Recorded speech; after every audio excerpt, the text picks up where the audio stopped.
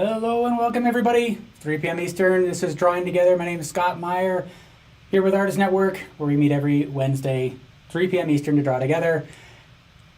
Welcome. I see a lot of familiar names. I hope some of you were able to join us for the Illuminate event last night, where we met with Debbie Casper, a great field artist. Some really great insights on just working out in the field. It was very inspiring. It makes me want to get outside, but can't really do that here from the studio in Colorado because it's snowing. So we'll have to wait a little bit for that. So I love seeing where everybody is viewing from. If you're new, you're going to want to know that this show is all about us getting together to draw. So I choose a new subject each week to help challenge us and help us grow in particular ways. So I come with any materials you might happen to have. If you want to follow along, you'll find a link to the reference in the description below, and you'll also find a link to the show page on Artist Network where you can share your work when you're done. And so I've been seeing some really great work, a lot of you submitting your drawings there and posting them for all to see. Some fantastic work. We are going to be continuing on with our master copy series. We have this week and next week will be different subjects, but in 3 weeks we'll be back with another master copy. So my hope is to be able to do one of those per month. For that Illuminate event, Nia, I see that you were there as well. That was awesome. Great seeing you there. That is an event for our paid members on Artist Network, where we have a monthly spotlight on an artist, and it kind of culminates with a live Zoom event where we get to meet the artist and understand their process a little bit better, get to see what's more about their work. So, all right, let's get to it. Let's take a look at today's subject here. We have this mushroom. So, pretty awesome. The challenge here, I think, was ultimately became about the light. So this is my preparatory drawing here, and I might make some changes between this one and the work I do today. I'll be using charcoal for this. So what do I have? I have my vine charcoal and compressed charcoal sticks. I have then 3 charcoal pencils. I have what do I have? I should know this. A B, a 3B, and a white one. So as you can see, I generally just like to have a range of materials, but I don't get too persnickety about it being a particular one. I just try to use what I happen to have available. But it is nice to have, especially a vine charcoal and some compressed charcoal, because they make different marks as well. If you're working with graphite or any other media, hopefully what we cover here will also be helpful to you, because this is all about the decisions we make when we draw, and we can apply those decisions to any media, really. So let's see. Oh, yeah, Leslie, we will talk about the eraser as well. Actually, let me go through the rest of the materials. So I do have my blending stump. I'll be using that. And actually, I should get my paper towel ready. Got a paper towel to help blend things down as well. And yeah, the eraser. So I have my kneaded eraser, and then I have my Derwent retractable eraser that I have carved down to this chisel tip. Let me just show you what I do. So I really just use a razor blade. So this is an old one here, and it's a little bit rounded on that because I used it for a drawing already. And I just simply kind of slice it off. Try to be very careful with it. Just like that, so that it has that nice sharp edge. And I try to be mindful of that. If I have a drawing that I think will require a sharp, precise edge, I'm going to try and preserve that as much as possible. So maybe use the inside of the eraser on early stages where I may not need quite that level of precision. So that's what I do, and if I need to, I'll sharpen that throughout the process as well. Nia, say for the next master copy, I have Michelangelo planned with Van Gogh in the following one. So we will be getting to Van Gogh. All right. If you do have any questions, comments, thoughts, concerns, throw them out in the chat. I will do my best to follow along with those and capture them. If you type in all caps, I am more likely to see it. So if you do have a question that I miss, please just shout out again. Sometimes I just get lost when I'm trying to draw and focus on it. So there you have it. Let's get to it. Oh, the paper that I have is just a light gray sketch paper. I don't have the sketch pad in front of me, but this is the Jerry's Artorama, the Soho sketch pads. Do I have it? I can't find it over there. Yeah, the Soho sketch pads. It's a very lightweight paper. I think it's just a good all-around average paper. And I really just chose it for the tone. It doesn't have a lot of tooth, but it will be sufficient for holding the the charcoal here. So let's get to it. As we do with every drawing, it seems, I got to get my head in the game here because I've been doing a bunch of other things, and now I need to get into drawing mode. And the best way to get into drawing mode is to draw.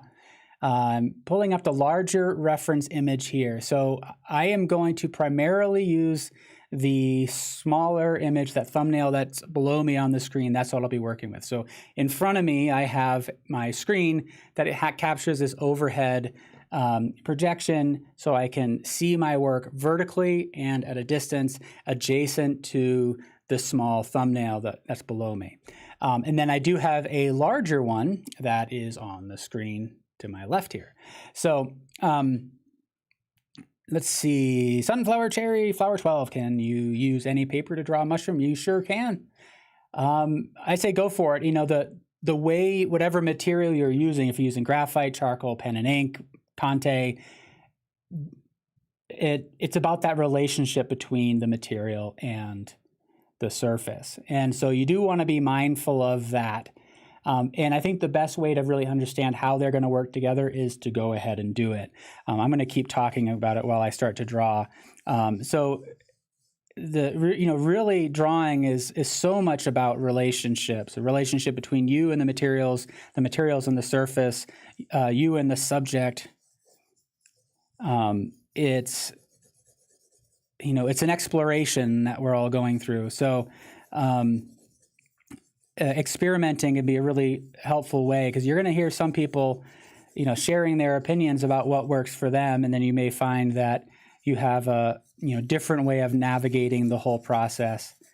But the way I approach drawing is I try not to be kind of confined by medium or subject matter. Like I said, it really, to me, drawing is ultimately about the decisions we make. And sometimes those decisions are influenced by the subject and the media. But, we can often apply the same thought process to any subject, any medium. So it's about techniques for observing, breaking down the subject, correcting proportions, controlling values, all of these things that you'll want to do in any drawing with any subject, being mindful of your line work and making choices about whether you want to prioritize line versus shape, whether you want it to be realistic or expressive, symbolic, all of those things. You're making these choices along the way that are going to guide your decisions.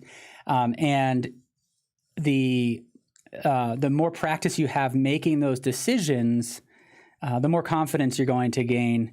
And if we approach drawing as though it's a set of practiced motions that, if we say learn how to draw a mushroom as a set of practiced motions, then it's taking your own power away from you to make those decisions. So instead of thinking about how to draw a mushroom specifically, we're just going to use this mushroom as a way to help us draw more effectively, how to think in a visual manner like we do when we draw, how to connect with the subject and connect with the materials. So hopefully that makes sense. So in this initial attempt, you can see I'm just reacting with the vine charcoal. I'm not really thinking a whole lot because I'm mostly thinking about what I'm talking about.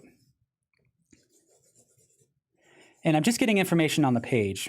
And so if you're new, the way I approach the drawing is that I like to think about really all drawing as gesture drawing. We're just refining that gesture. But what a gesture is ultimately your initial reaction to the form. It's about getting information on the page that in some way conveys the sense that you're looking at that subject. And once the information is on the page, then we have something very concrete to react to. We can make specific decisions about how we might want to change things. And with the objects kind of established, those decisions just become easier. We're responding to what's happening on the page rather than calculating the next step in our head, if that makes sense. So it's a bit of a reaction to the whole process. I should note, actually, I do have a sheet of heavier paper underneath this that helps to create a smoother tone. All right, welcome everybody. Let's see, I'm not seeing any questions. Tom, teacher, you're listening but not feeling well. Oh no, hope your epidural that does not sound very comfortable, so I hope you're doing okay. Mad Mom must go, yeah, thank you. Yeah, and I do want to kind of point out that the objective for this show is for us to be drawing together. And in that, you'll be bringing to the group, including myself, your own insights about drawing. This is how I go through it. But the beauty of drawing is that it allows us to reveal the unique voices that we have. You know, it's an expression of body language as well as our decisions. We make marks that are unique to us, and we navigate a drawing in a unique way. Even if we end up making similar decisions, maybe we make those in a different order, or we emphasize one over another. And that's what is really awesome about sharing your work, is we get to know each other in a unique way.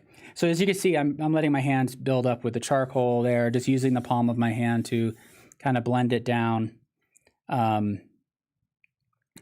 After watching that interview, that demo by Debbie Caspary, I kind of imagine being in a forest like this, like she does. She's a field artist that goes out into these remote locations, these really cool places, and studies it through her work. And I kind of imagine being in the field and stumbling across this scene. And so again, this is more, I'm kind of just getting connected to it. Okay, let's see. Yes, it does remind me of Toad from Super Mario. Okay, actually, I'm gonna switch to the compressed charcoal. With a layer of vine charcoal underneath, it can often make the paper more receptive to compressed charcoal. My eyes are blurred so that I don't get caught up in any sort of detail. I don't get kind of seduced by the potential for detail or all these really nice textures here. I'm going to block in some of these forms. And then, so for me, what drawing is about is that it becomes a record of the evolution of my thoughts as I examine this, as I connect to the subject. It's coming through as, it's an evolution. My initial response to this is very surface level, and I'm going to take some time to thoroughly examine it and hopefully come to a deeper appreciation about the subject through the act of drawing. And as such, because I have a surface level understanding of the subject, my marks are not very descriptive. They're very generalized. I'm going to go through, though, and start to increase the specificity as I become aware of more kind of critical elements like the proportion, the value relationships, textures, etc. So, Greg, welcome. We got somebody new. Anybody else who's new? Shout on out. Again, if you're just joining and you're kind of wondering what's going on, you can find the reference image in the description below. This is episode, 133, I think? So we've got 130 plus episodes that you can also browse through. They don't go in any particular order. You can just find a subject that is interesting to you and then follow along. Or some of you just simply watch and then draw later. But I try to choose subjects that will hopefully teach us something about drawing and help advance our practice. I like to do this. I like to kind of place down marks, then wipe it down, come at the drawing fresh,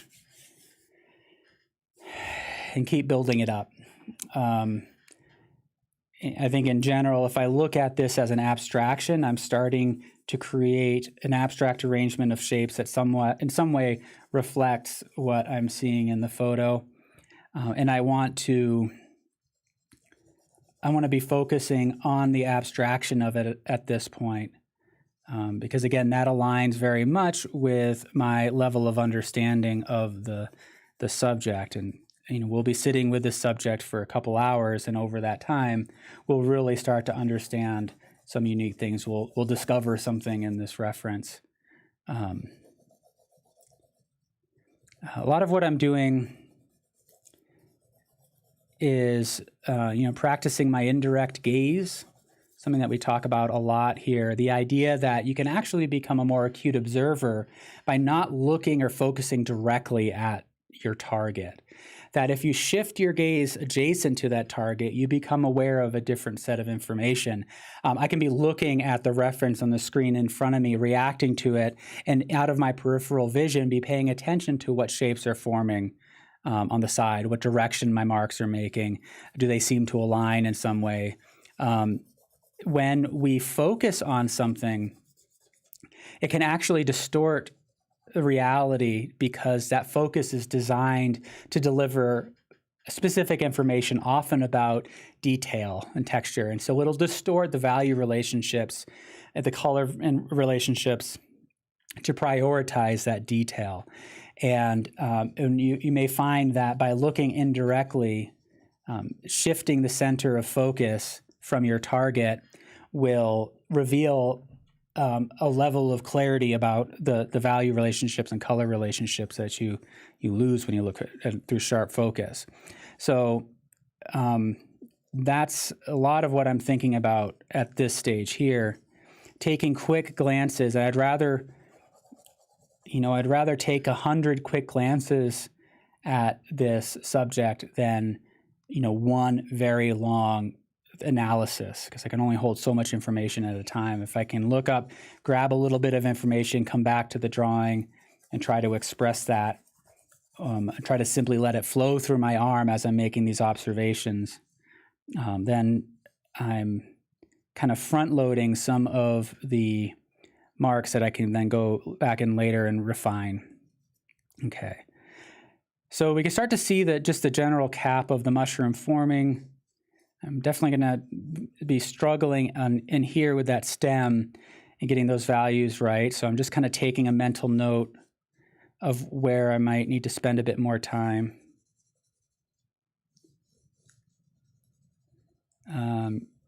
By squinting, I can identify basic value relationships. And I'm kind of taking a note of these plant things. You can see I'm a botanist or whatever, that are in front of that mushroom. And I'm kind of, in my mind, I'm just making a mental note that I'll lift that with the eraser.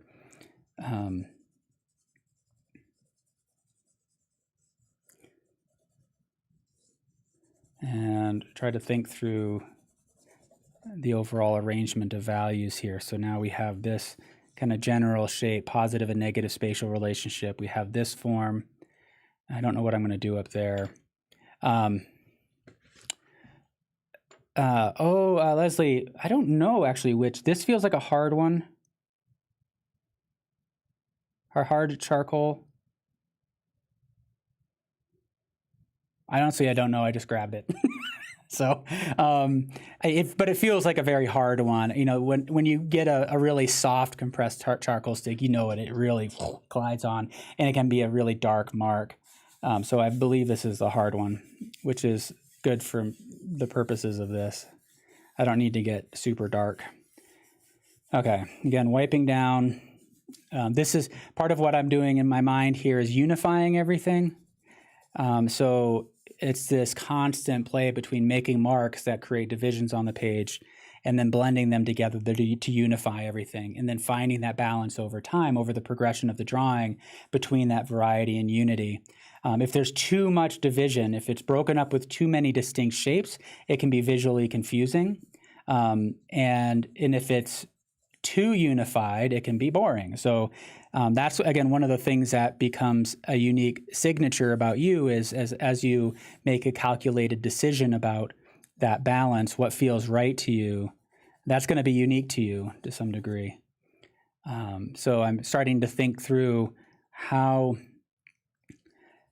much refinement I want to incorporate in this, or do I get excited by kind of some of the atmospheric effects. And then I'm really holding this mostly flat.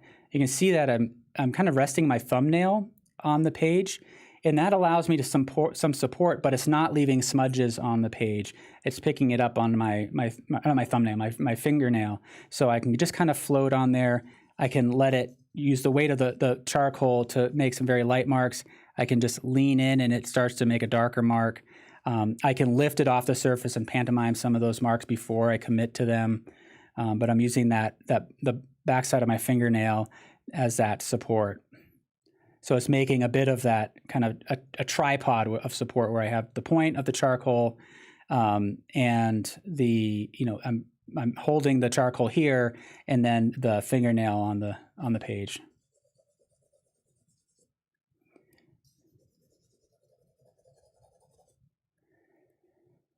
It is very mysterious looking right now. Yeah, thank you, Jane. Oh, and Nia saying you've been wearing your KN95 mask. Yeah, that's a good idea with charcoal. Now, I'm working on a relatively flat surface, so that the amount of dust coming up is lowered. But when I work vertically, then it really starts to breathe in.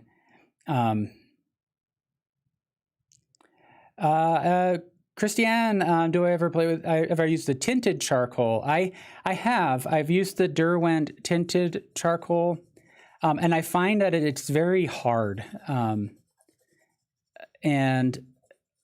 I think I've worked enough with soft pastel that I think I would rather just go with the pastels if I want to introduce color.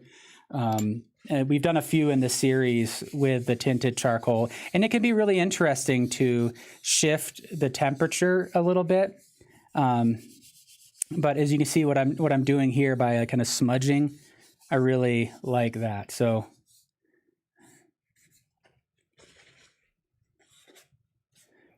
and then I like, again, what's happening in that kind of atmospheric effect. And maybe I'll kind of lean in on that as we go along. So again, that's part of this whole process, is reacting to the drawing.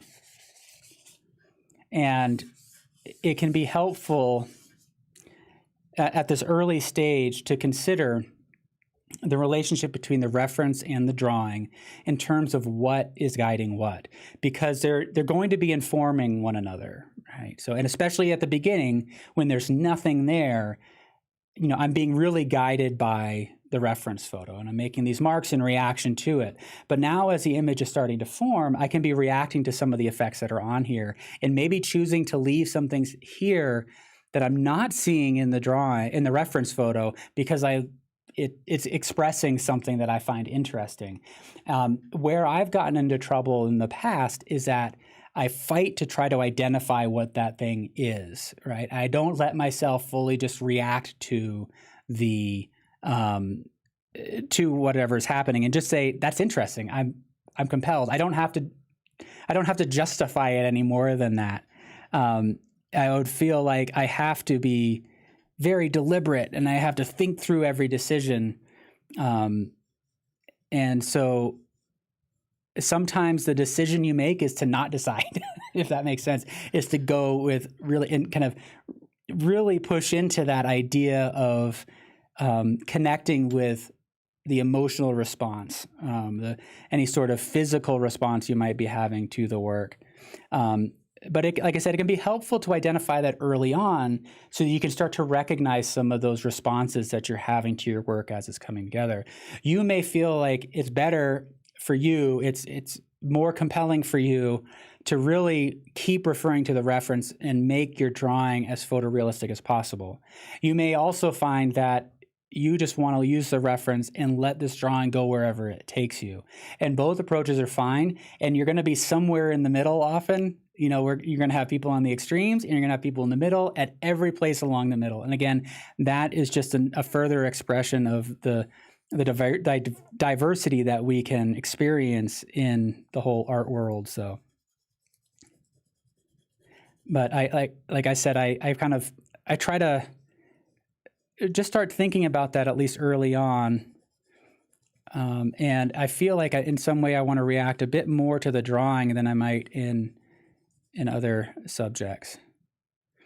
So doing some positive, negative kind of spatial relationship drawing here, I'm looking at that negative space as a way to describe the stem here of the mushroom.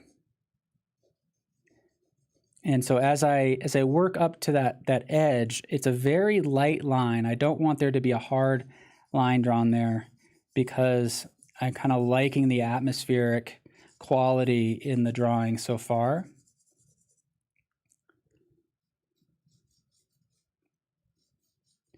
And I'm trying to take more careful observations about the angles and the proportions. I haven't really done any measuring, so now that we have somewhat of an object, you know, we can I'm going to start to map things out a little bit. Oh, we have a few of you now. Lala Art Studio, welcome. Made it live. All right. Yeah, as Edie said, yeah, definitely. We need to be careful with charcoal. It's very, very good to do that. We don't want that. I was not careful enough when I was younger and starting out. And I do so much of my work outside that also helps to, I don't know, keep it down. But we don't spend enough time in general as artists, and you know, as a broad stroke there, we often don't spend enough time really paying attention to the health and environmental impacts of the materials we use. And I'm glad that we're seeing that more. All right, so my initial take right now is that I'm generally happy with the way the stem is feeling. So I'm looking at kind of three basic dimensions. There's this initial angle here, and then it kind of turns to the right, and then it breaks that turn towards the base of the mushroom there. You know, just looking at it on a visual analysis, I'm feeling like that feels like a proper balance between the width and the height. So if I let that be the foundation for my decisions, I can build out from there.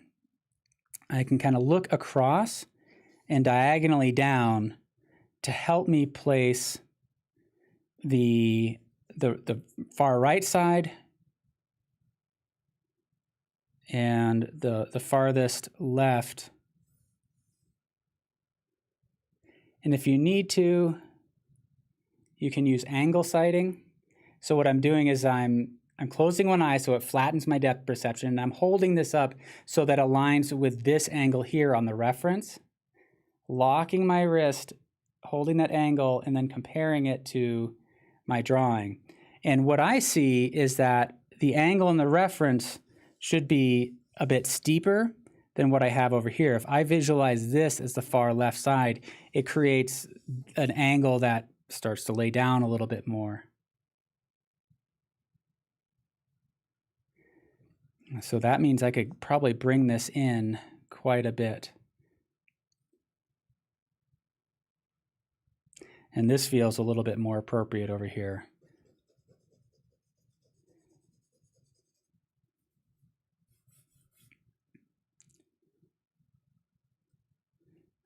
All right, and then I can look at the height here, and I can take a visual measurement,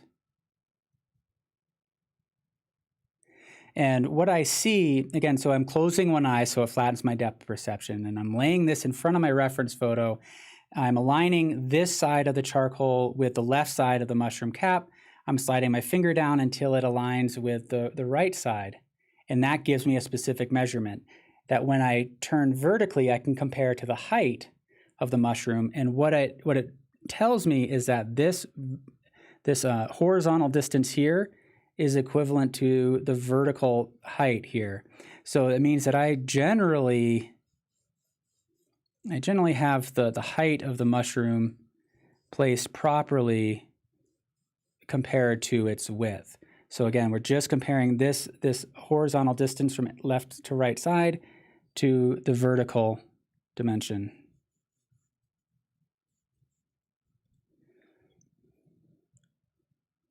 And then, let's see, I want to get a sense for how horizontally oriented that cap is. It's generally kind of horizontal right across here with this little bit of a dip down in here.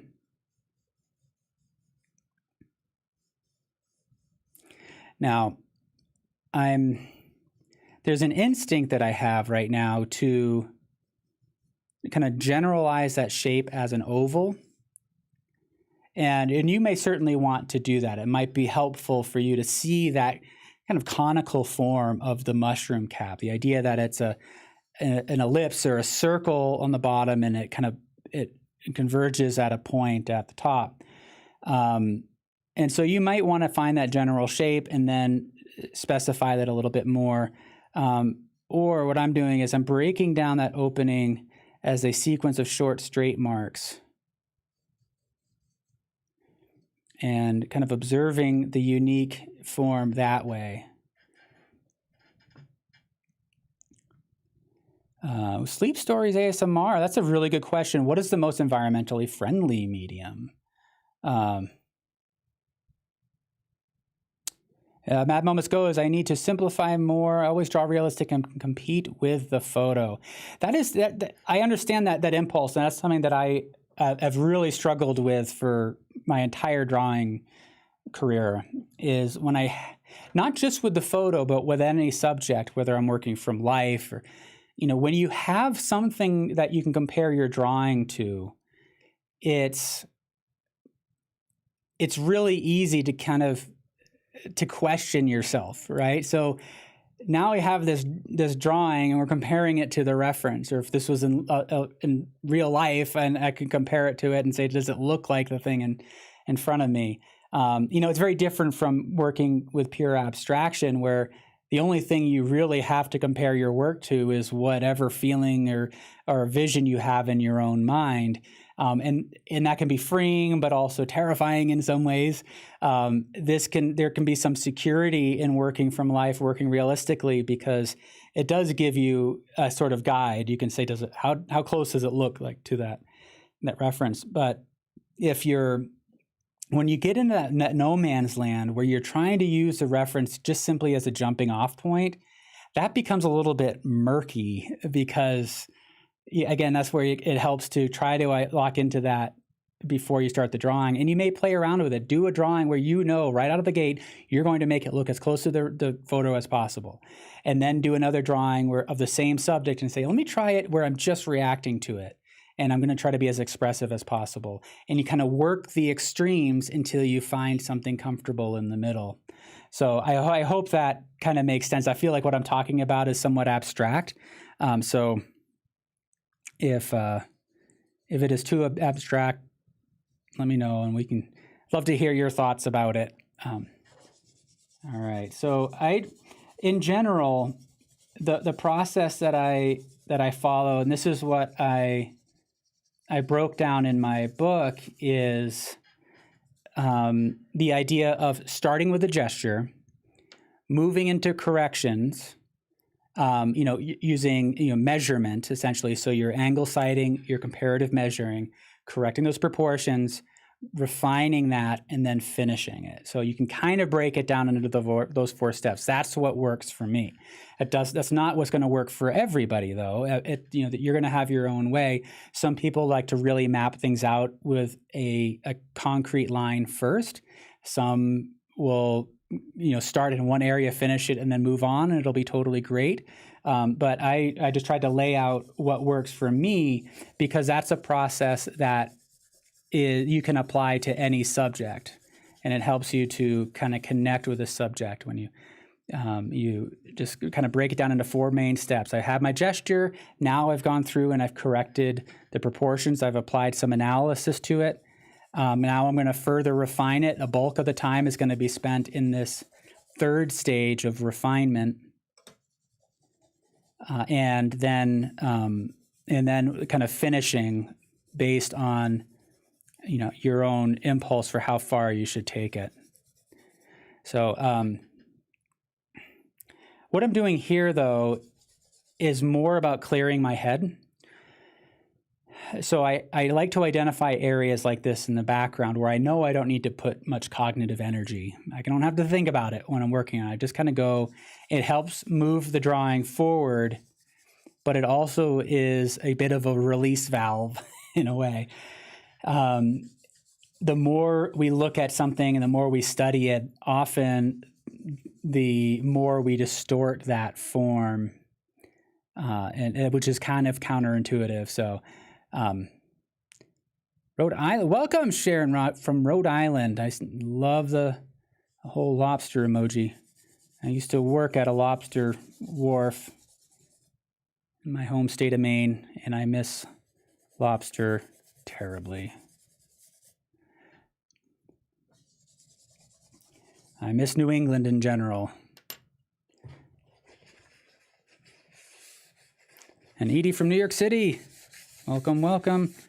All right, so just gonna kind of wipe down. I need to just slow my marks down now. I'm feeling scattered. And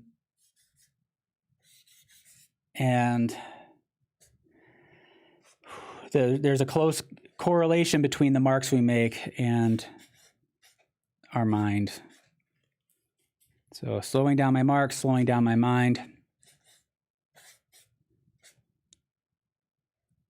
Squinting, blurring my vision. We've talked about that in the past, the idea of practicing kind of modulating your vision a bit. So opening your eyes, flooding them with light, but leaving them softly focused, squinting and blurring your vision, really coming into sharp focus. And you practice looking in as many different ways as possible. Get your eyes to do wild, crazy things, and it may just reveal something that you can take with you in your drawing. Okay. Let me do. I'm going to take out the our studio. How the world needs more release valves, right?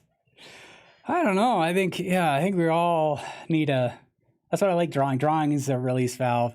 Jane is saying, I think the photo doesn't matter that much because who's to say the photo is right? That's also a very good point. The photo is making decisions for us.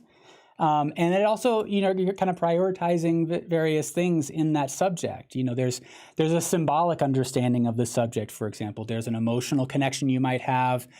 There's cultural implications with many subjects. There's the optical information, just simply what it looks like. There's so many things that we can kind of prioritize in how we interpret that form.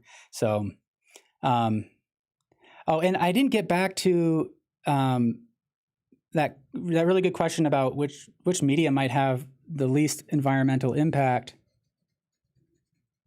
And that's a really good question. But what is really encouraging is that, here when by working at Artist Network, it kind of gets me some sort of kind of insight into what's happening with art materials. And what I love seeing is that many of these companies that you're buying materials from are very conscious of their environmental impact and looking for safer ways to create products and reduce waste. The hard part about paints, is the pigments, right? When you have, cadmiums can be harmful. So they're working on creating cadmium-free lines. I know Liquitex has some cadmium-free acrylic paints. And I know of a company called, was it Encore Paints out of California that makes artist grade paints for out of recycled house paints. So that's a great way to keep that stuff out of landfills. It's really some cool innovations happening.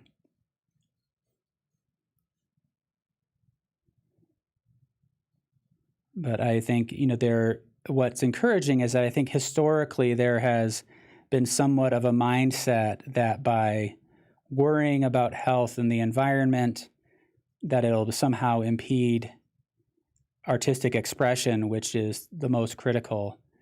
And I don't know, I am definitely not as health conscious as I could be. And I chastise myself about it. And luckily I have people in my life that help me keep me in check.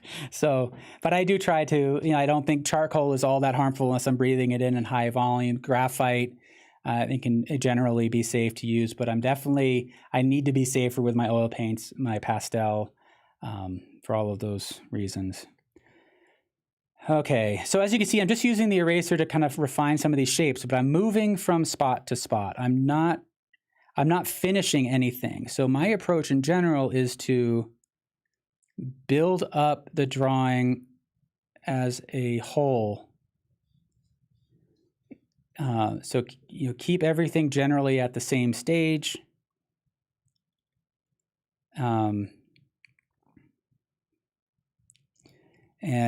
then gradually refine. So I'm just making some really quick and deliberate marks to, in some way, suggest these leaves. I'm using this corner of the eraser, so I'm preserving that sharp edge. And I'm trying to create shapes as directly as possible.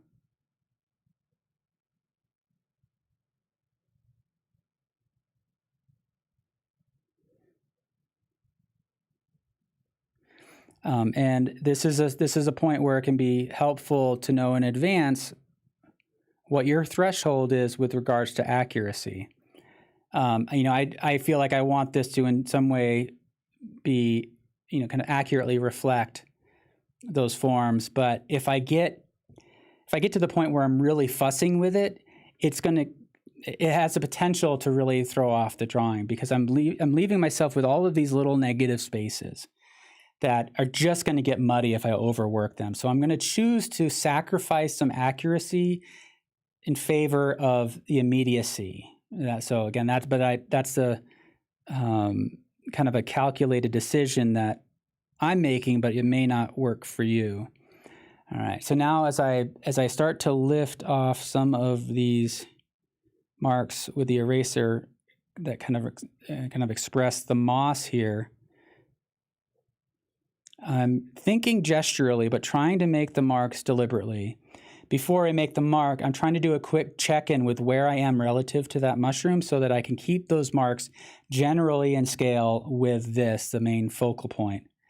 And then also thinking horizontally about where I'm at. And I'm trying not to identify these as anything in particular. I'm just trying to observe them as shapes and try to understand what direction are they flowing.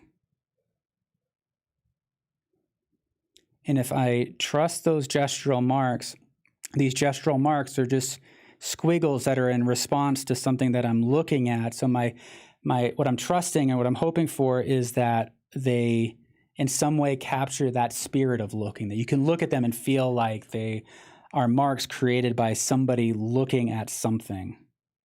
And then once that's established, then the viewer's mind will start to think very quickly about, well, what is, if they're looking at something, what would they be looking at? Start to fill in the gaps, take that visual information. Our brains are systems designed to make sense of the world, and sometimes we just need a little bit of a suggestion for the brain to then just kind of go wild and fill in. Hi, Braden. So we got a lot of hellos there, Braden. Hope you're enjoying it. All right. Yes, Edie is saying the camera does not see the way the human eye sees. And not only that, but the eyes are a part of the brain, right? You know, and our vision doesn't just happen in our eyes; it happens in our minds. So all our eyes do is they take the optical information, you know, is detecting a wavelength of light and converting those photons into an electrical signal. That electrical signal travels to another part of our brain where we're making sense of it. So really the vision is happening in the mind because we are applying a sense of logic and understanding to an electrical signal that's being informed by optical information, by the light waves. What's cool about the eyes is that, you know, they're, you know, the only part of the brain that extends out of the cranial cavity. It's all, we have their eyes connected to the optical nerve, which is directly connected to our brain. It's pretty wild stuff. I learned that. If anybody's seen or listened to Huberman Lab, it's a great source for information about how the mind works.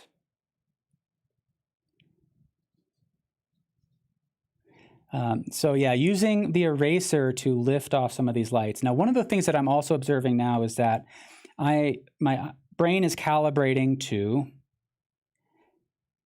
the value relationships that I see established on the page. I'm looking at these light areas and my brain wants to apply a definition of white to them. I'm looking at the darkest darks and saying that's black. And it's distorting my understanding of those value relationships. Value is always understood as a set of relationships. We don't have the ability to understand a value or a color in isolation, distinct from the values that establish the greater context. And so we're always kind of calibrating to the relationships in front of us, and our understanding of those values will change as the values evolve.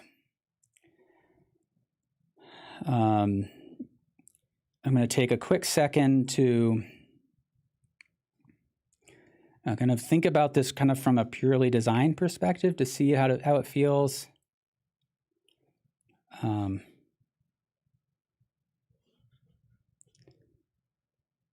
So I kind of like that it's fading into white, but I want it to be a smoother transition.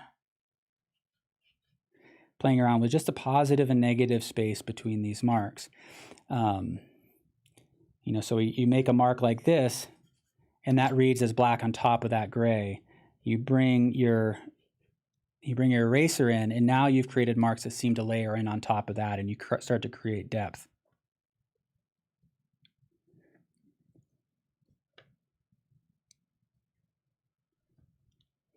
I kind of like this. There's a nice bright piece of grass here. And again, I'm sacrificing precision for immediacy here, because I don't want to fuss. There's just too much stuff here for me to get really fussy with, and then it's going to all turn to mud. And part of that is just from past experience, really overworking areas. And so what's happening is little alarm bells are ringing in my head as I work down in these areas and say, hey, you know, I've been down this road many times before, and I'll work to try to make this just right, and it turns out to be this muddy mess.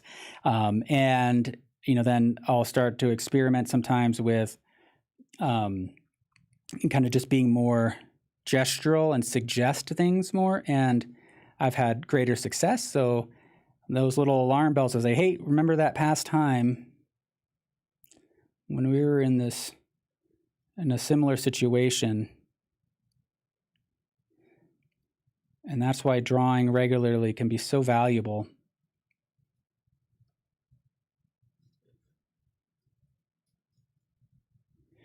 And what I'm finding interesting is that I'm completing this in a slightly different process than I completed the preparatory drawing.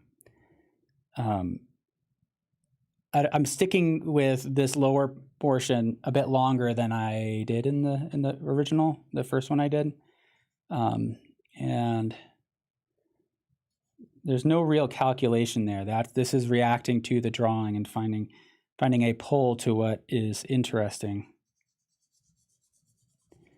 And I'm referring to the screen in front of me. If you haven't yet, it can be really helpful to take some time to stand your drawing up and look at it from a distance to evaluate what's going on. And for me, it's a really difficult thing to evaluate your work because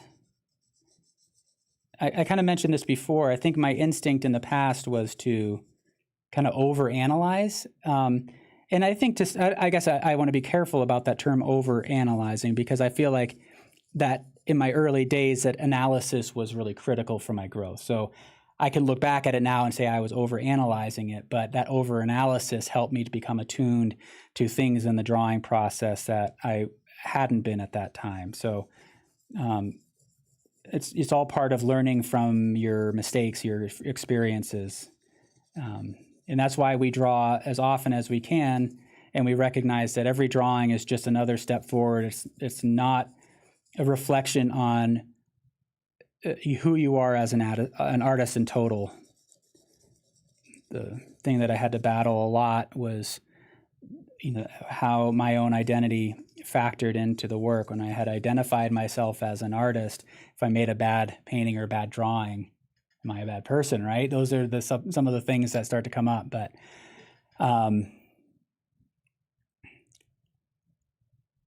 Drew Parker, I'm sorry to hear about school for you. Sounds like you're struggling there, bud.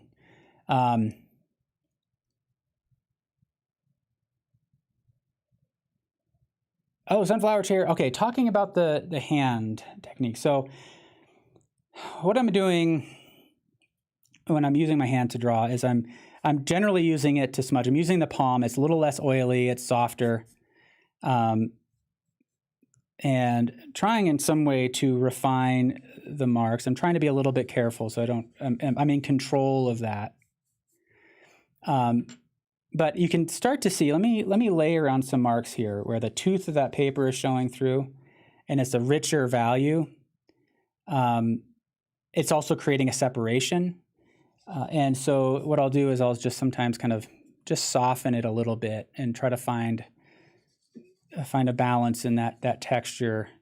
And sometimes it's not actually a visual thing. Sometimes it's just an emotional response to it. I'm like, I don't know, I need to essentially just kind of wipe it down and try again is kind of sometimes what I'm thinking. The way I kind of feel sometimes when I'm working is that I'm doing, 100 drawings just directly on top of one another. Like doing a quick drawing, kind of wiping it down, doing another one, wiping it down, and kind of just responding to that. So I'm done with the compressed charcoal for now. I kind of forgot that I have my charcoal pencils. That's one of the other habits that I get into, and I'm curious if anybody else has that same thing, but I tend to just stick with whatever's in my hand when I'm working. And I'll do that with painting too. I'll pick up one brush and just keep going until that brush is just loaded with all sorts of different paint. And I'll be trying to fight and make that brush work for an area where it just doesn't. All right, so with my compressed charcoal, this is the B, a little bit harder. I'm intentionally washing over these areas, because if I try to get in there and really get every little mark, it gets me claustrophobia. I don't like it. It just feels too confining. I have a visceral response to kind of in that, and I used to be very detailed and precise, and something happened where I just get tense. What I would rather do is kind of wash over this broad area, leaving enough of those visual cues to identify where I can come back in and sharpen up again. And so that's what I'm thinking there, because the idea of kind of getting in and around all of those little spaces just it gives me a certain amount of anxiety that I would rather not have. So. Now I'm going right over the edges of the form as well. I'm going to use the eraser to sharpen up those edges even further. And as I build up these areas here with my charcoal pencil, I'm intentionally using the side of the pencil to make sure that I'm not losing that sharp point for when I need it, and it just fills in the area much more quickly. So as I'm as I'm moving this very quickly, I'm also twisting and rolling that pencil in my fingers so that it's keeping that core of the pencil more round.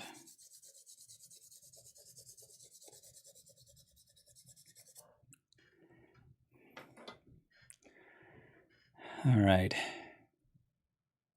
Oh yeah, Mariana has a question. Am I going to use the blending stump? I will.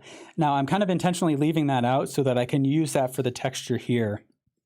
So part of what I'm going to be doing is contrasting this kind of rough area with where the paper texture is showing through with kind of the smooth here, which may be a little dangerous because often that rough texture will want to advance. I can apply some of that here if I just do kind of a light wash with the charcoal to reveal some of the tooth of the paper. It can imply a rougher texture on that mossy stuff there.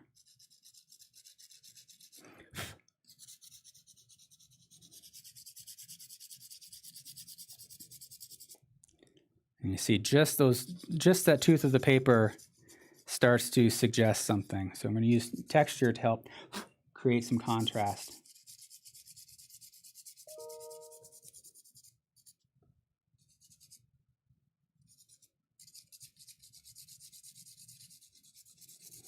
And we'll lift more of that later. Actually, what happens if I vignette this a little bit? So just kind of darken these corners.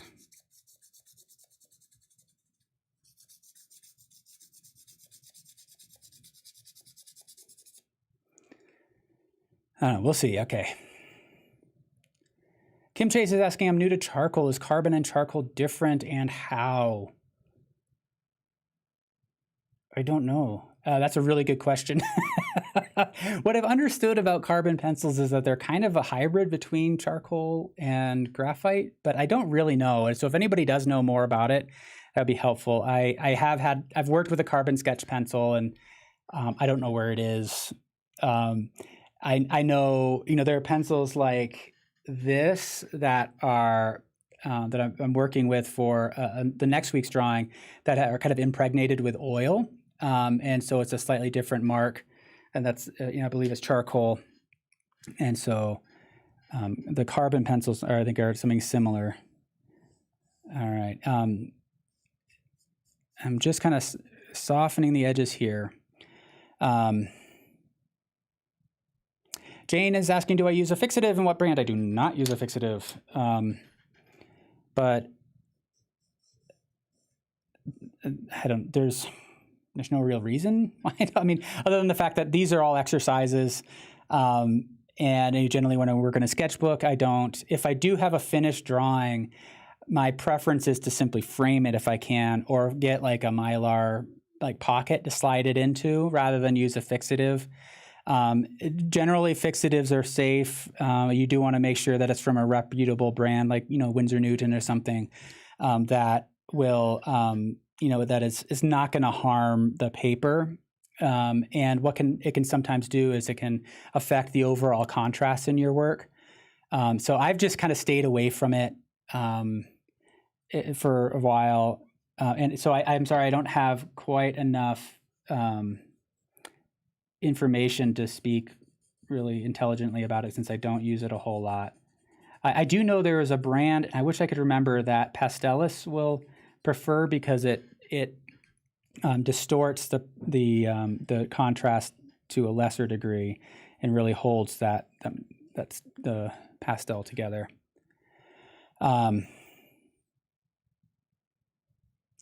Constantine, yes, so the book is See, Think, Draw, so that's available on Amazon and Barnes & Noble right now for pre-order, so it doesn't become available in print until June. And in terms of the episodes, what I try to do is I vary, between, landscape, portrait, still life. I'll do animals, some full portraits and some a study of an eye. We'll do architecture. If you are brand new to drawing, you might go back to the very beginning when I drew the cup. It's a simpler object, and when I did that episode, I kind of approached it with the mindset of it being a really beginning drawing lesson. And so I think what I would generally recommend, though, is just kind of find a subject that is engaging for you, that you feel like, well, that seems like it'd be interesting to draw, and then give it a shot. But I think that cup episode, very number one, might be the best place to start. Oh, Constantine. So welcome. I'm glad you stumbled across us. It's good to have you in here. So Don is saying, I love charcoal portrait, but charcoal hates me. I've heard that so many times. I love it. And I think one of the things that might be relevant is that I find charcoal to be a little bit more painterly, in that the way I think about structuring a charcoal drawing is very similar to how I approached my oil painting. And I know a lot of great oil painters who are just tremendous with charcoal.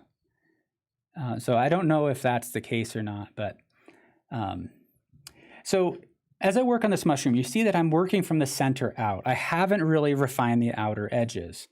And I'm doing that strategically because I want to be able to really control those edges to reinforce that sense of form.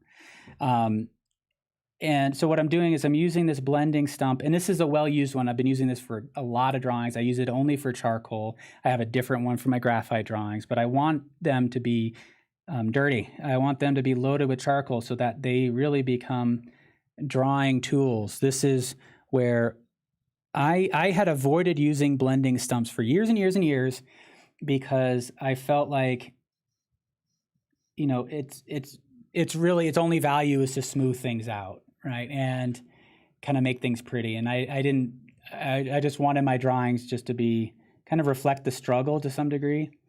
I then came to realize that I was missing some really big opportunities with the blending stump, in that it's such a unique way of making marks.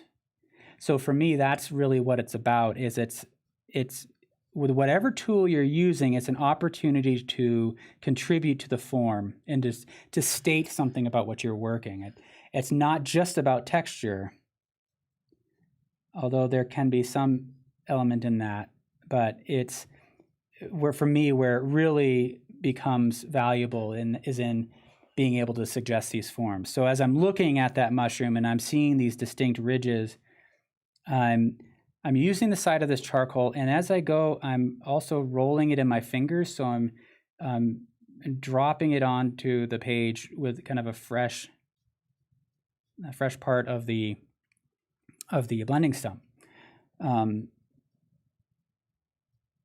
it's great at making these marks that are just a bit softer. They feel like they're more integrated into the form than when I use charcoal, which may come off as very heavy, and then I have to lighten it up.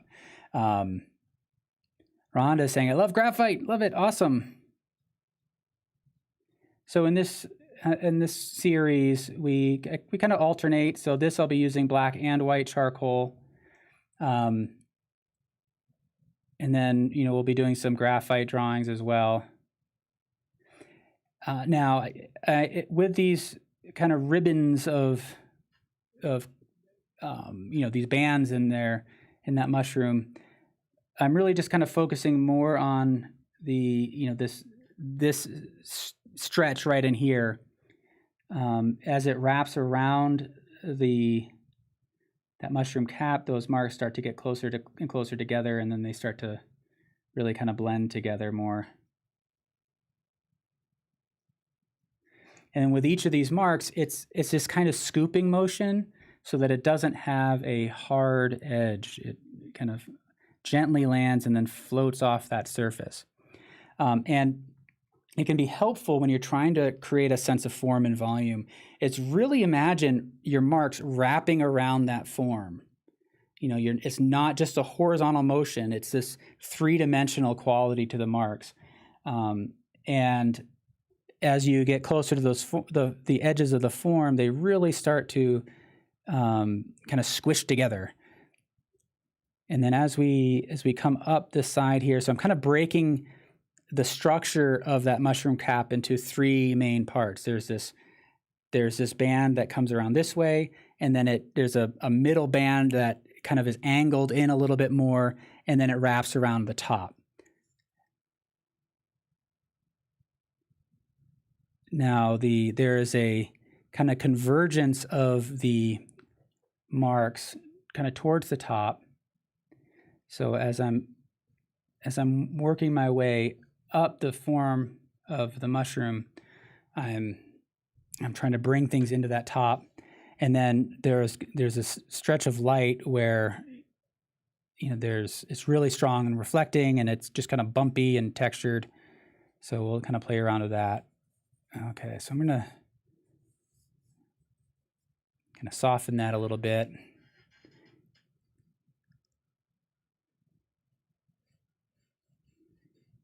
I'm going to think about, actually, what I'm doing is I'm going to try to bring in the values of the front side of this mushroom cap out first. And then kind of capture the, that back edge. And so actually what do I want to do? I'm going to kind of find that edge, kind of push down.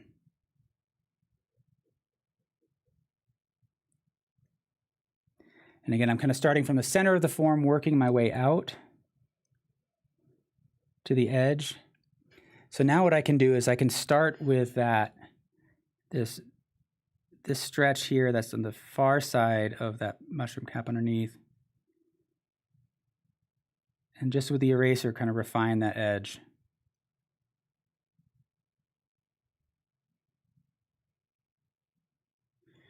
And come back over here. There's a little bit of light kind of catching on this edge where it feels like it's kind of a thinner skin.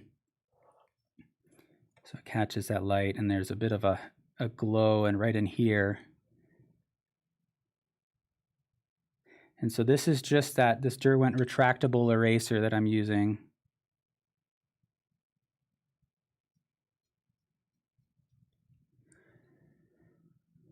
And then I can kind of enhance some of these bands by lifting up with the eraser as well.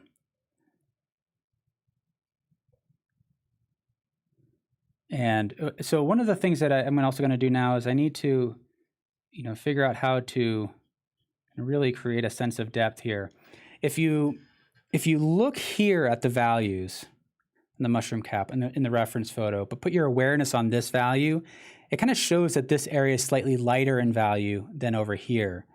If you just focus on this area, it feels like it has this glow, but it's really important when you're assessing those value relationships to do that offset observation, that indirect gaze. So you're looking at one place, you're kind of targeting one area, but you're putting awareness on the value relationships around it to determine which is lighter and which is darker. And often just simply making that statement of lighter or darker can be more helpful than trying to find an absolute value. Dita, welcome.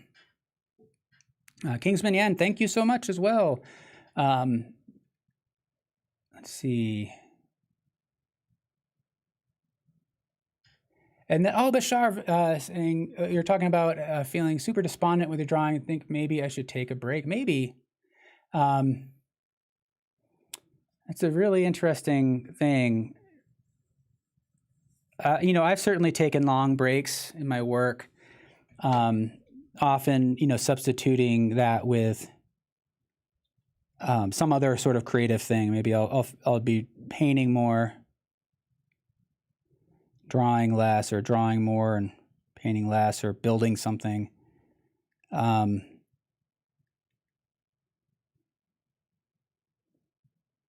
But Yeah, it's what's difficult is if you're not drawing because you're beating yourself up and it's a matter of confidence, that's a tricky thing. And I generally recommend trying to just get back into it. And what helped me get over that is to go through periods of my drawing where I would intentionally create bad work. Say, look, if I'm going to be making bad work, I'm going to do it in such a way that I can actually learn something from it, right? So I'm going to push that. I'm going to make bad work intentionally. I'm going to choose new materials that I know nothing about. I'm going to use them entirely new ways. I'm going to put two materials that shouldn't go together, see what I can find out, and make it an objective to experiment and kind of get rid of any sort of expectation about how the finished work could go, because it's all about just kind of experimenting. And that in the past has helped unlock something and say, oh, here's something that I can now launch with that gets me excited to go again. But one of the counterintuitive things about creativity and inspiration is that it comes through work. The more you do, the more you expose yourself to other work, the more ideas come. But I certainly get it, that feeling, and I suspect there's many of us, many of you watching that have felt that as well, where it's just not there. And I think for me, those moments came most when I kind of talked about this before, when my identity was being tied up in being an artist. So then I'm making work that is just objectively not as strong as it could be. And if I'm making bad art and my identity is wrapped up in being an artist, does that say something about me? And I'm losing that in some way, and you're entering into the scary world. But hopefully what you end up recognizing over time is that those moments are really kind of essential before periods of growth. Because that's what growth comes through: discomfort. You push up against something that you're uncomfortable about. You're no longer satisfied because, and I'm not saying you specifically, but often, at least for me, I get to a point where I'm no longer satisfied because I know I need to be growing, but I maybe don't know where. So that's where the experimentation can be helpful. But growth is change at the same time, and that can be scary. I don't know if that's at all resonating with anybody, but all right. So at this point, what I'm just focusing on is how does that volume feel? And two things come out for me. This part right here feels like it's popping forward. I'm not creating as much depth. So I need to think about why. And the first thing that comes to my mind is I need to look at the direction of my marks. These are very clear directional marks vertically. What I have down in here is ambiguous. And so what I think I need to do is, let me just try to smooth this out altogether.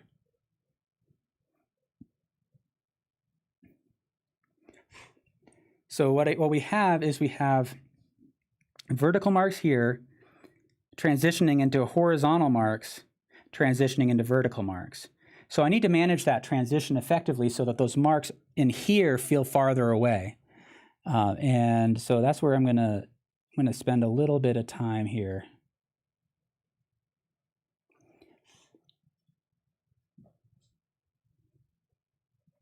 And actually what I may do is just kind of lightly kind of lift a line there. And then I need to sharpen this edge. So now I can take my blending stump and just kind of lightly describe some of these vertical lines in here. And what I'm kind of observing is that they tend to kind of turn, they radiate out.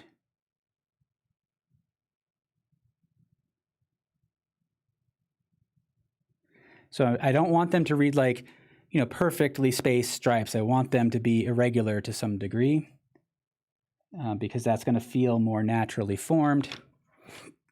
The other thing that's flattening this out is the lack of variety along this edge.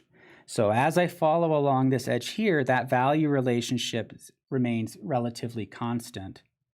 So let me see if I can create some more variation. I can bring this light down in here a little bit closer.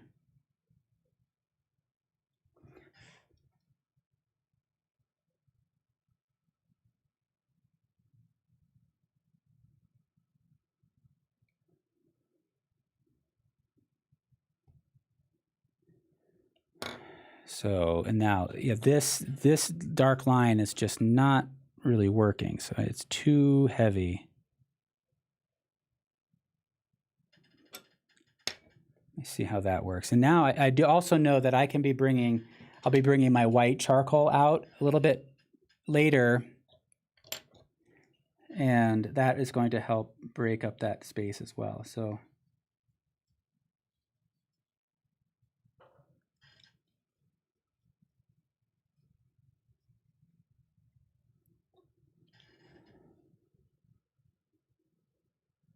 All right.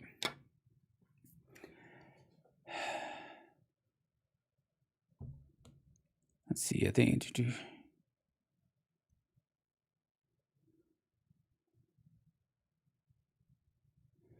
All right. Welcome, everybody. Okay, I'm just looking to see if there's any questions. I don't think I have any. All right. Okay. Let's get to it. Yeah, so I'm holding off using my white charcoal. I mean, you can see how bright that's going to be against there, and that's going to totally change the context of the work. Before I do that, though, I'm actually going to bring out the darker charcoal and going to refine that edge a little bit here. So now working in that negative space in this area here.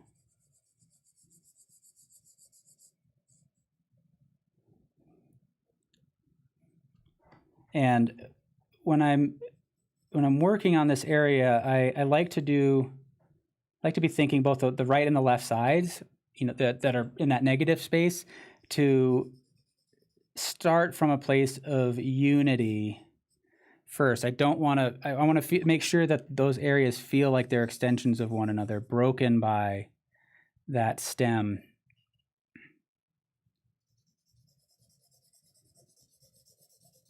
So just a very light touch there. And there's some really nice kind of breaking of the form here.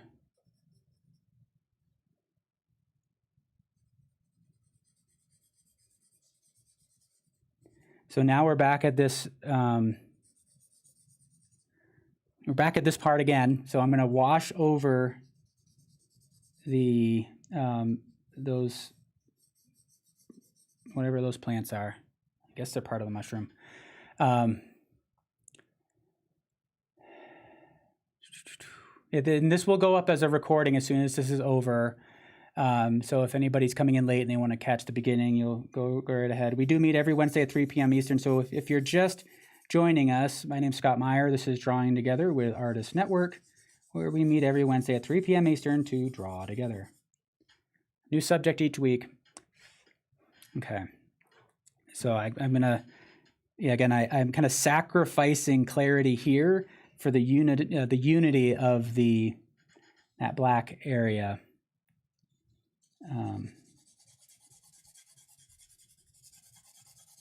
Because what can happen is if I kind of fill in all these spaces here and they don't feel like they're connected in any way, then it just adds to the visual confusion and it ends up drawing too much attention down there. There's a question though, who's my favorite artist? I don't know there's quite a few influences.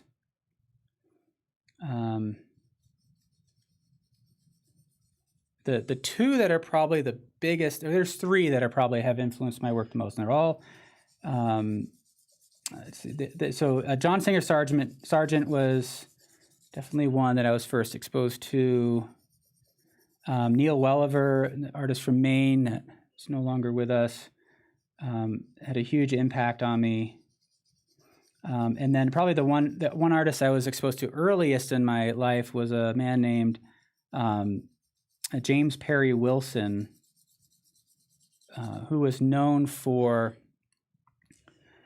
painting the backdrops in the diorama exhibits at the Natural History Museum in New York City.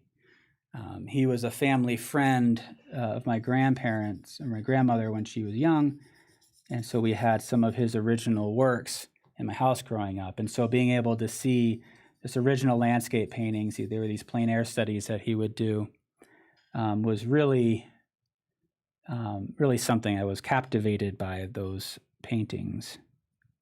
So for me, there's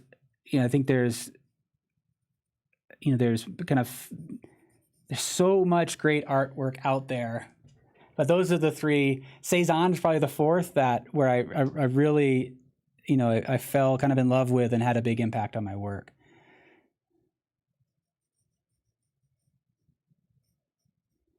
All right, so I'm intentionally leaving this edge here a little bit lighter, kind of softer, and that is to see how it kind of amplifies that glowing effect of the light. I can always sharpen it up later. Now I'm going to sharpen up this stem here, and where I notice is that it's a little bit darker on those edges.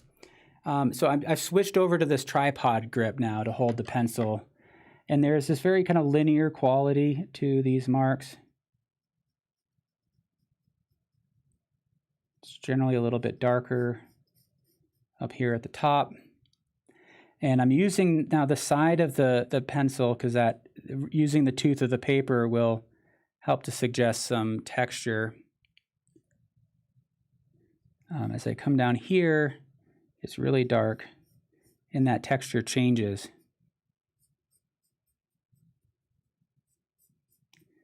I'm kind of ignoring that stem and the leaf that are right in front of it. I'll erase those out later.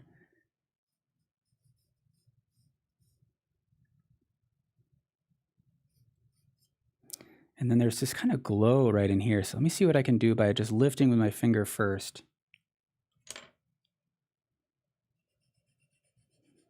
And this clean part of the blending stump, kind of lift that.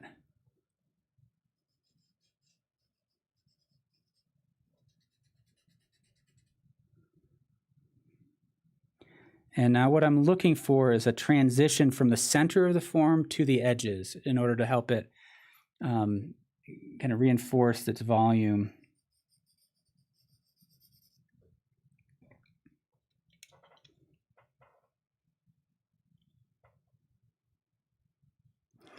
And then just really light pressure with the eraser to sharpen up that edge.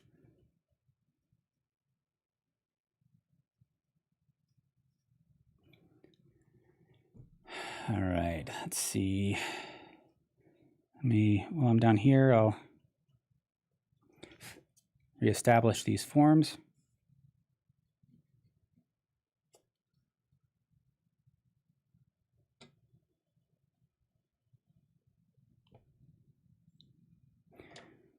A little bit more work down here to anchor those forms.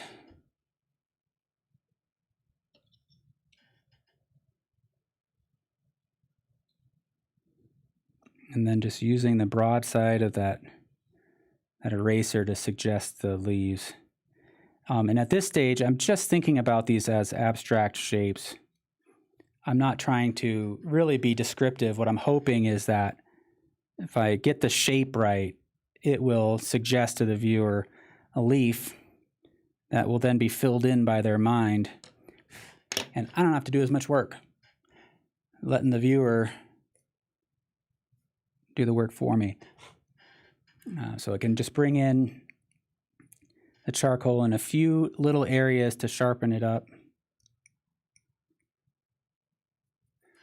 I'll kind of come in a little bit closer so you can kind of see what's happening there a little bit better.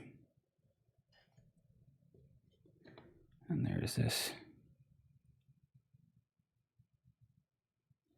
I do tend to think a lot in layers and try to give a certain sense of logic to the layers of my marks.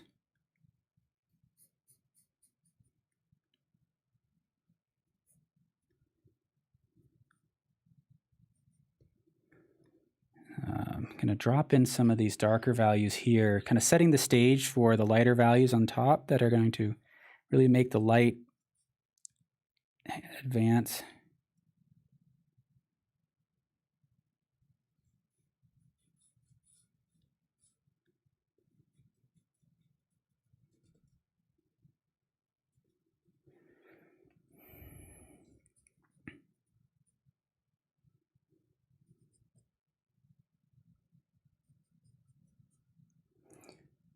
And then I think I want to bring a little bit of depth to this back edge. So what I'm going to do is try to create some variation along that edge. Some areas that are a little bit more diffused.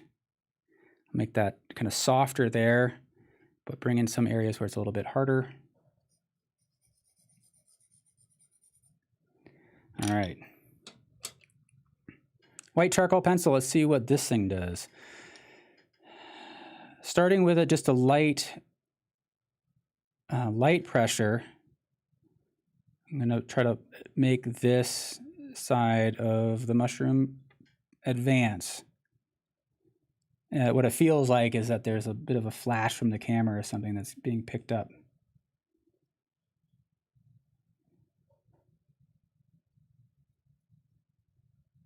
Kind of scrape horizontally across those vertical lines to bring that reflection to the surface a little bit more and reveal some of that texture.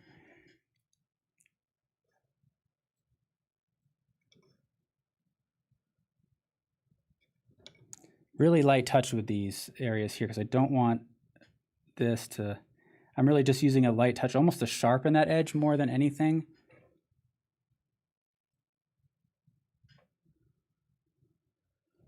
And I'm working kind of bilaterally, working from one side to the next. And where do I want it to be? Go right here. I want to soften that transition.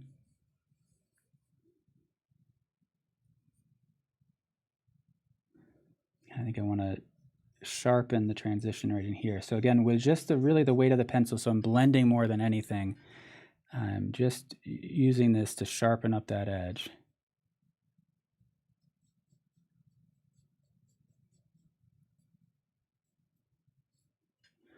I'm going to work on this side too. So now the light starts to come in there a little bit more heavily. It gets kind of diffused. You know, it's not a super sharp highlight. So I'm going to, again, start with that light pressure. I think what I'll need to do is lift. I don't want there to be too much charcoal on the paper up here. So lift with the kneaded eraser. And I'm just looking at that transition into the light areas. So I'm trying to think about that structure of the cap there and try to make those marks wrap around. And it's really kind of laying, the pencil is kind of laying on the surface, right? It's this part of the pencil that is striking the surface. And then I can just kind of lean in and drop it down onto the drawing.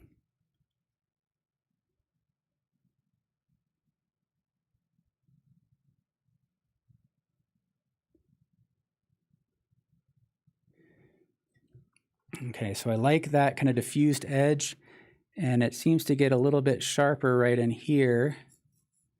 So I'm going to just kind of lightly describe it and then bring the brightest brights just set in from that edge to try to reinforce that sense of volume.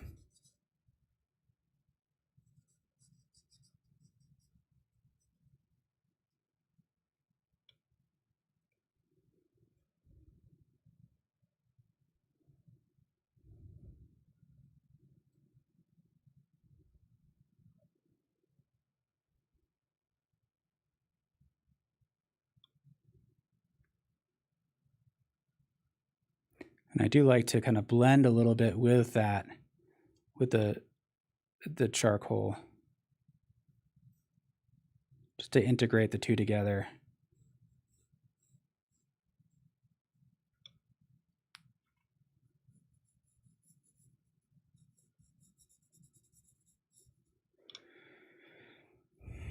All right. And I'll bring this forward a little bit more. And now I can come into areas like this and lift off some of that light where it might be catching on these leaves a little bit more. So with just some suggestions. Let me bring that back out. So there, it's starting to capture that sense of light.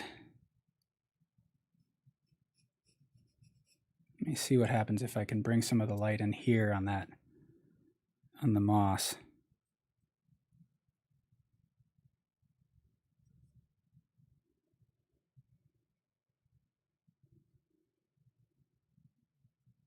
So just using the side of the pencil to describe some of these areas of light. And I'm trying to be a little less descriptive here so that it forces the viewer into that area. And I want to create a little bit more variety, more texture here. So just a very light touch with the pencil. So again, it's kind of scratching and blending more than really leaving marks.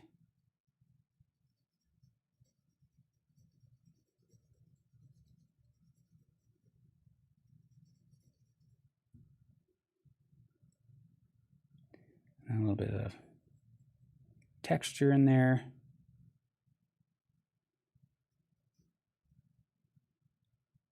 And actually, I think I want to bring this forward a little bit more with some light that clearly overlaps that darker stem there. So now looking at this, it's starting to create a little bit more volume because there's that variety along that edge. The value relationship on either side of that edge is constantly shifting. And actually, I think I can bring that forward even more by working this area here to push that back farther. Oh, Brenda, yeah, I can talk more about making the ferns here. So if I work down in this area, so I'm really utilizing this edge here. I'm putting some pressure on that, and it's this alternating between kind of pushing into the black area and then kind of dragging and moving in a variety of directions here. That variation in the marks can be really helpful. So I'm really just utilizing that corner.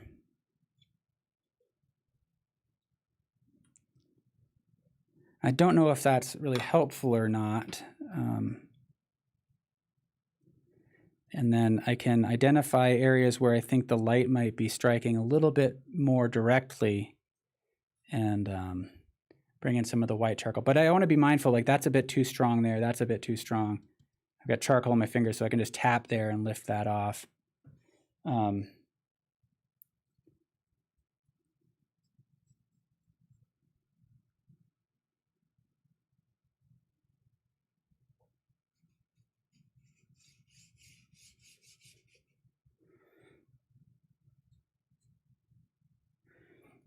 So there's very just kind of quick, confident marks.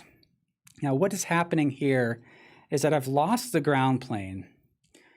So this is advancing forward, and I'm not creating that sense of looking across that floor. And I think that it's important to create that. I'm going to bring out the charcoal stick.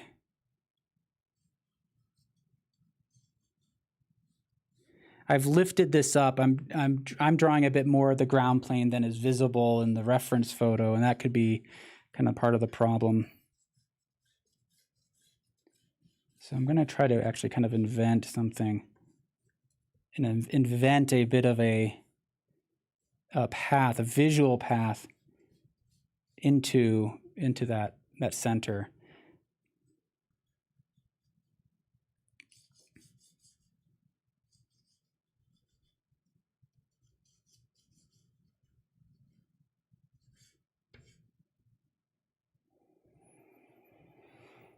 And then I think what I need to do is that I've got this negative space form that's not really functioning very well. That black part is still coming in on top.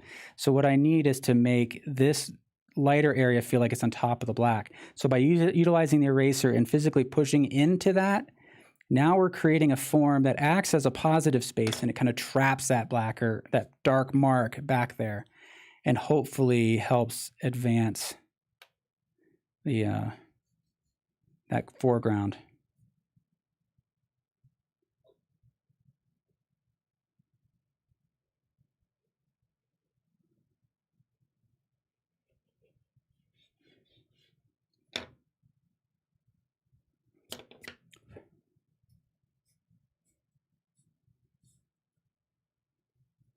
All right. Oh, I like this. There's a little bit of reflected light here across that ground plane that I didn't really get in there. Didn't really notice it until just now. So I'm kind of curious what that does. And so it's still not working. So I got to figure out what to do. All right, Mariana, thank you all. Oh yeah, so the question is, am I going to render anything here? And I'm not sure that I am. And maybe that's something I'll play around with, and that may be something you experiment with. So if you do share your work, I pinned the link to the page where you can share your work, and it's also in the description below. So if you do want to share your work, and you did kind of play with this stuff up here, that some of that light filtering through the trees, then I'd love to see how it played out. But I kind of feel like there's something I'm reacting to in this being so dark. It feels so intimate. It almost feels like a terrarium or something. And I kind of like that.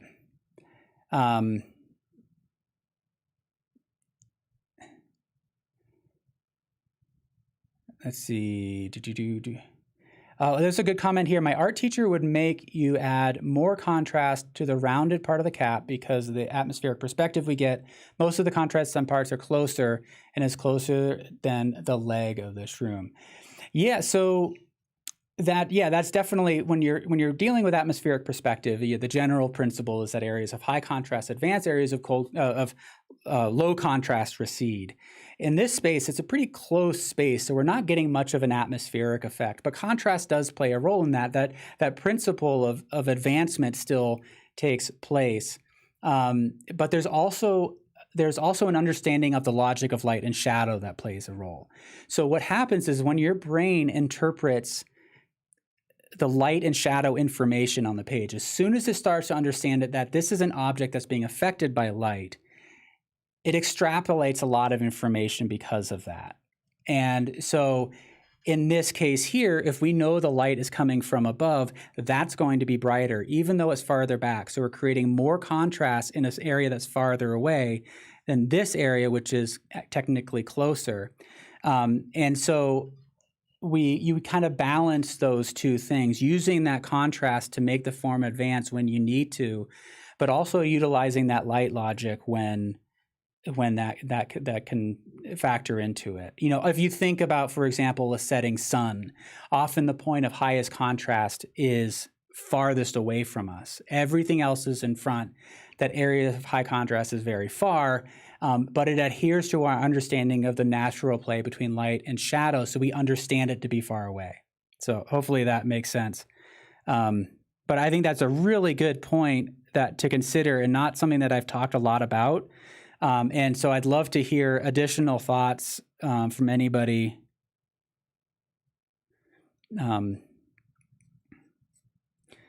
about that. So yeah, I kind of feel like when I squint at the form, this is definitely higher contrast right up here, and I almost feel like I haven't quite gone far enough. I think I've put as much contrast in there as I can. And then hopefully then create, kind of bring this forward. I can, let me experiment with this line a little bit. A linear edge, create some separation, see if that will advance that part of it. I can break the edges, so create some lost and found edges to help with that. Break this edge here. I can use a line in some areas where it could be advantageous.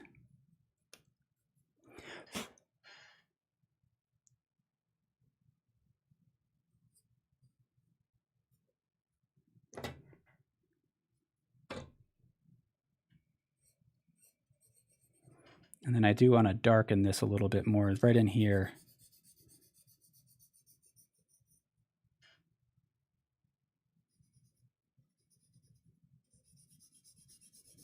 Really good comments, everybody.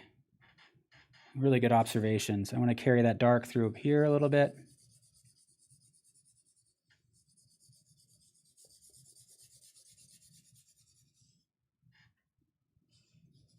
But I want to vary that so it's a little bit lighter in this area, a little bit darker in there to kind of break up that and create some spatial difference there.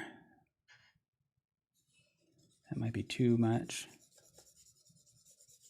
This sketch paper is kind of getting loaded right now. It's not holding the charcoal so much. So this is, if we were going to use spray fixative, this would certainly be a candidate for that, I think, to hold it.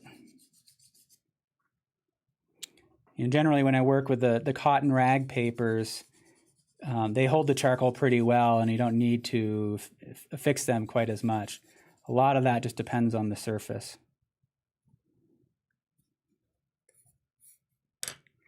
All right, so I'm in the meanwhile, while we're talking about all of this, I'm still thinking through this problem. I'm seeing this as a problem. This part right here feels like it's in front of that, and I don't like it. I need to figure out why. And it has to be in my marks. It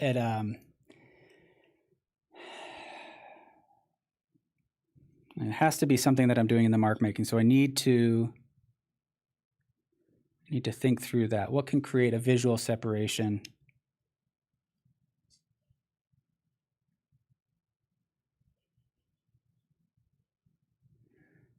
And that's starting to help, creating a little bit more variety there.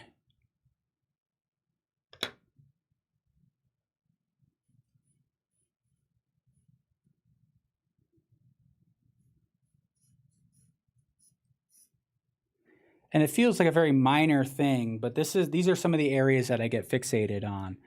One of the things that I haven't really talked about, but I have a kind of a process that I go through sometimes to evaluate depth in a work, is if you go like this and try to isolate, just what's through your fingers, or you look through the hole in your hand there. When you view a section of the drawing in isolation, so you no longer have the context of the work, what stands out to you? Does it feel like there's still a sense of light and shadow? Does it feel like there's structure and depth? I'm not getting a really good view of this because I'm blocking so much of the light of the drawing, but you might give that a shot, is just try doing that.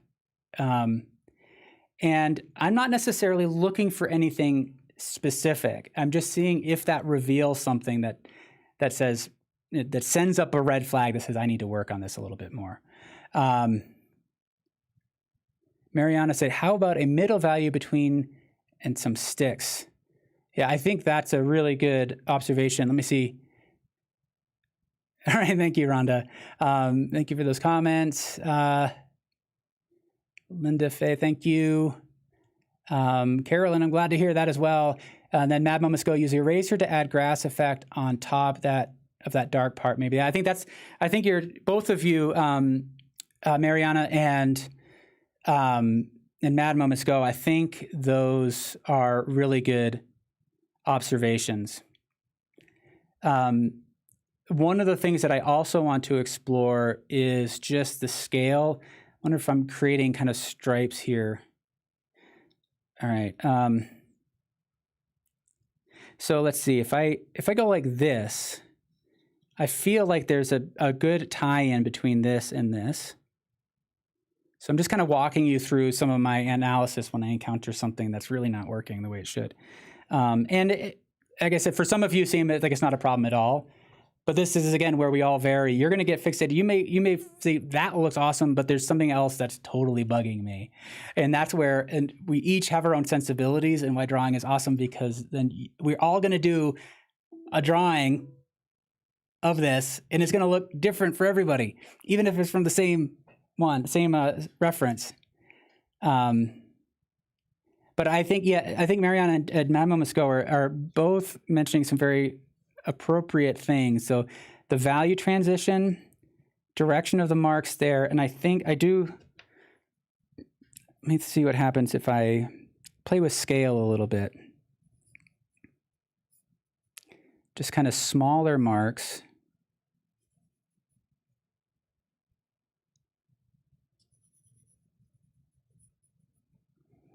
And then that's kind of what I see, but I don't think it's helping me.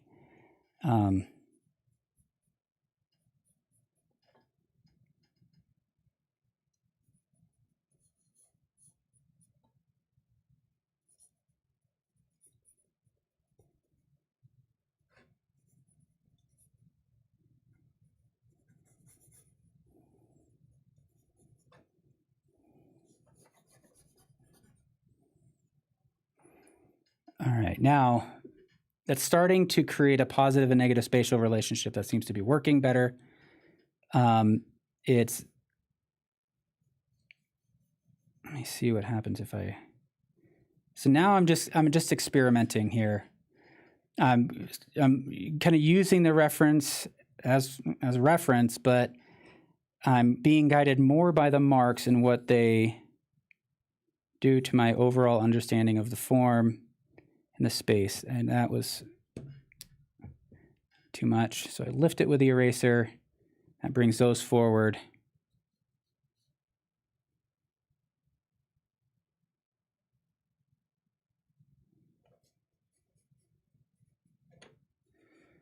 I'm still thinking about that area, but I'm just moving on to something else so I can keep the marks going.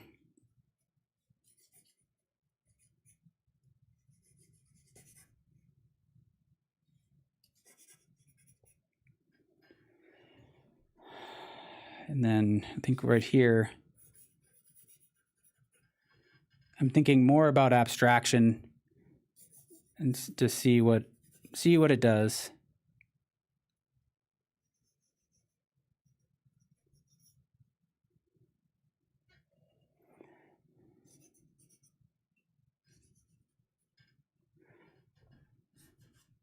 And then kind of those are a little bit aggressive, so you can just kind of smudge them out a little bit, soften them. And now I can come back in with some negative drawing, some subtractive drawing to bring everything together a little bit more.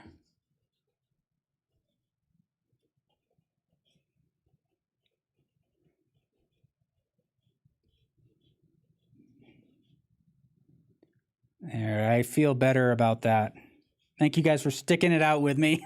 It's probably a little frustrating just watching me fuss with this, but I feel better.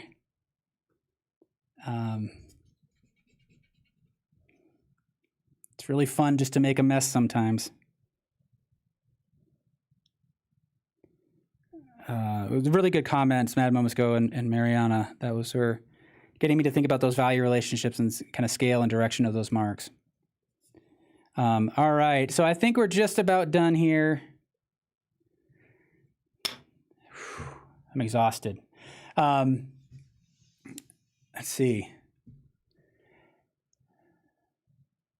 Jane is saying you need to bring what is happening on the right to the middle and a little bit left. Yeah. I think I'm done. Those are good observations. But yeah, I think I'm going to call it for the day. That's funny. maybe a caterpillar drawing in front of it, put a rock right there, put a bird on it. All right. Thank you, everybody. All right, I'm just going to hang out for a little bit, see if there are any more comments, any questions, comments, thoughts, concerns. Working on next week. What do we have next week? I have a scene from Venice, from a canal scene of a gondolier. So working on that. I don't have that. I've just started the preparatory sketch for that, and I'm trying something different with it. So we'll see what happens for next week. Whenever I try something different, it often doesn't work, and then I end up falling back on what I know, but I need to practice what I preach and take a risk sometimes. So, but I do want to try to incorporate some new mark making and open things up a little bit. I feel like in some ways I'm kind of getting into a rut. So that's what we'll be working with. And then following that will be the Michelangelo master copy. So I'm very excited about that one. And so we'll be doing a lot of master copies coming up. Hopefully, again, once a month, we'll be working on that. So I want to thank you all for joining us. If you're new, I welcome you. Thank you for being here and joining us. Tell all your friends, anybody you know that could just use some time out of their days to draw. You don't have to share your work with anybody. That's the beauty of this. And so it can be totally for you if you're nervous about it. But if you do want to share it, check out that link that's in the description below. It'll lead you to the Drawing Together page. Check out my book. It's called See, Think, Draw. It's on Amazon. And again, there's a link in the description. I see a lot of you following me on Instagram as well. I don't know if that's in the description. I'm not very good at promoting that, but stay in touch, everybody. I love working with you all. Have a fantastic week, and we will see you next week.